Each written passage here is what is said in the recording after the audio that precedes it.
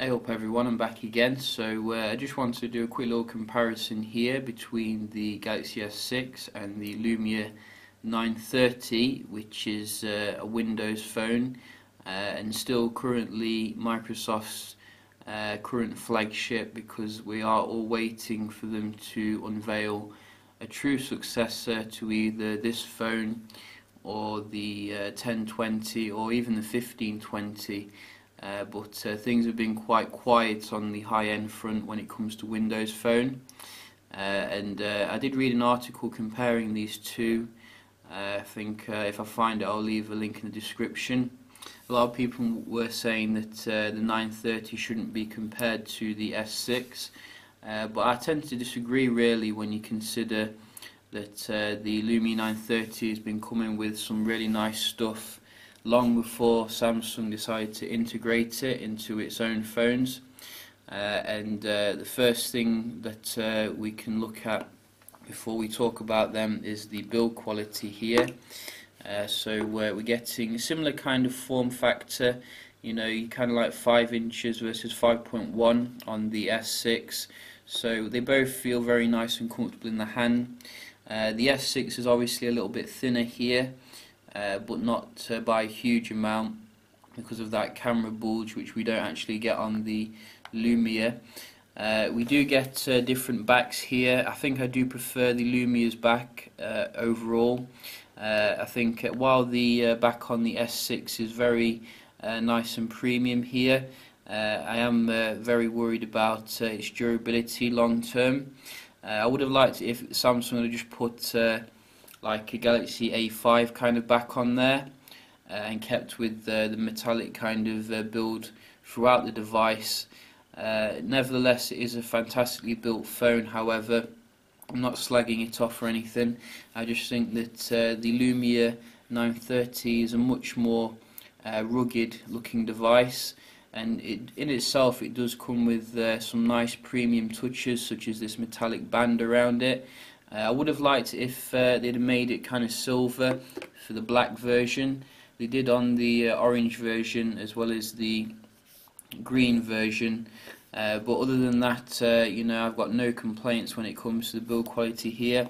It is a little bit thicker maybe than I would like, but it is still very masculine and feels great in the hand even today. Moving from the build quality, we have similar type of technologies here with very gorgeous Super AMOLED displays, and as we can see, the one on the S6 is obviously a newer generation one, because Samsung tends to be quite stingy and sly when it comes to its technology.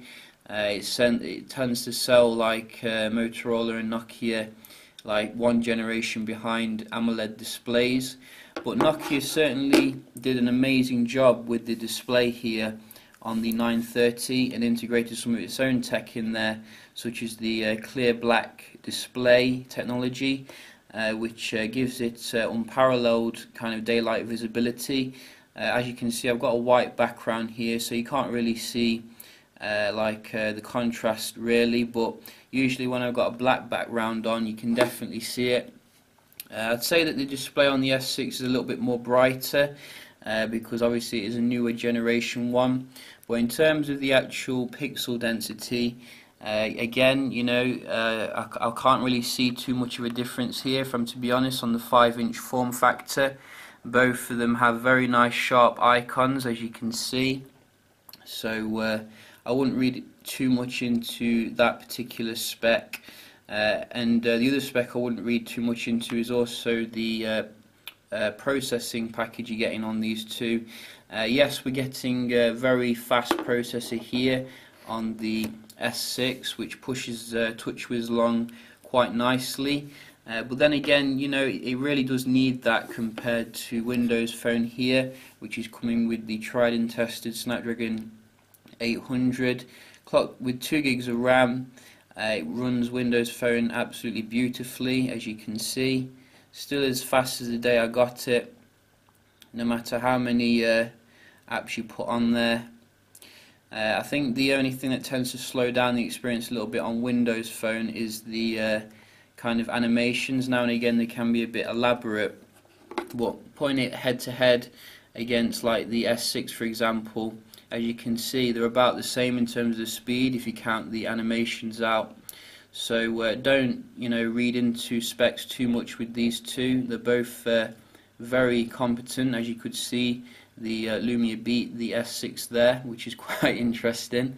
And other than that, quite similar in other features here. You're getting your wireless charging on the S6, which was just brought on. Samsung's been a bit slow to integrate that technology into its Galaxy line, but we've been enjoying that on the Lumia for the last year or so, or 2 years if you count the Lumia icon, and also the voice activation, which came onto the 930 through a update, which is a really awesome thing. Samsung recently integrated that into the S6, which I've been certainly enjoying using these two Light Moto X's. But I think as time has gone on, really, the Lumia 930 has just got better and better. It's aged like fine wine kind of thing. And you are getting your 32 gigs internal storage on both of them without any expandability, which is a bit of a shame for both of them. I would have liked to have had some flexibility there, like on the Note 4, but that's the way the industry is going, premium over like functionality. And I think when you consider these things, really the specs aren't too far off, or should we say the specs that matter. The Samsung does have some other tricks up its sleeve, obviously, which I would like to see implemented on the next Lumia flagship, such as this fantastic fingerprint scanner. It's also got a heartbeat sensor on the back here for your S Health, which is quite nice. I don't think we have anything like that planned on the 930. However, Microsoft have been getting big into like the fitness apps and the connectivity with the bands and all that, so maybe we'll see that in future. And obviously some people might also be quite interested to see how the PureView 20 megapixel camera compares against the newer generation 60 megapixel camera in the Galaxy S6. I did do a quick comparison between these two, and I didn't put HDR on this time. I just wanted to see how the performance was like without that on, and I have to say the Lumia did perform very admirably, for saying that the sensor is about 2 years old if you count the 1520.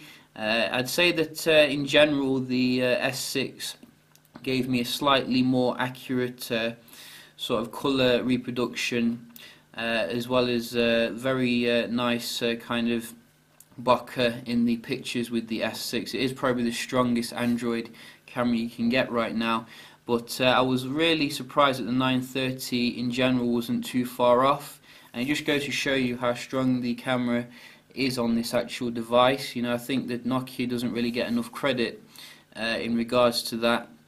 And in terms of the low light, I think the S6 probably has a slight advantage here because of that very nice aperture of f1.9. When I did get my Lumia 930, I was a bit disappointed with the low light kind of capability compared to the Lumia 925, which was an absolute champion, and easily compared with the HTC One M7, which again was a champion when it came to this kind of photography. It does the job, don't get me wrong, but I do notice a little bit more grain compared to the S6, and the S6 images do look a little bit brighter in the low light. And for the video recording, again, very admirable job on the Lumia, but the S6 again is very strong in this particular capacity. I don't think I've seen like smoother video here with the S6, which is good really. I do enjoy a nice camcorder experience, but at the end of the day, I think that if you're one of those people who don't want to spend 500, 600 on a phone, you know, you can pick some Lumia 930s up for some amazing deals nowadays.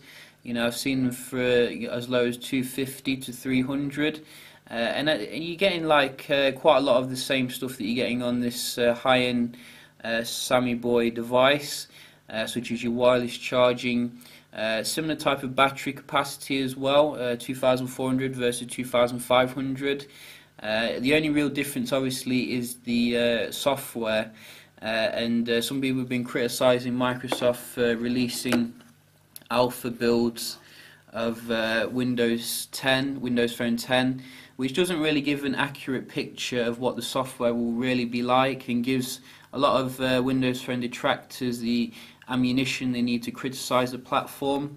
You know, I'm definitely optimistic for Windows Phone 10 when you know, they do get their heads around it and sort out some of the kind of like integration issues and things like that.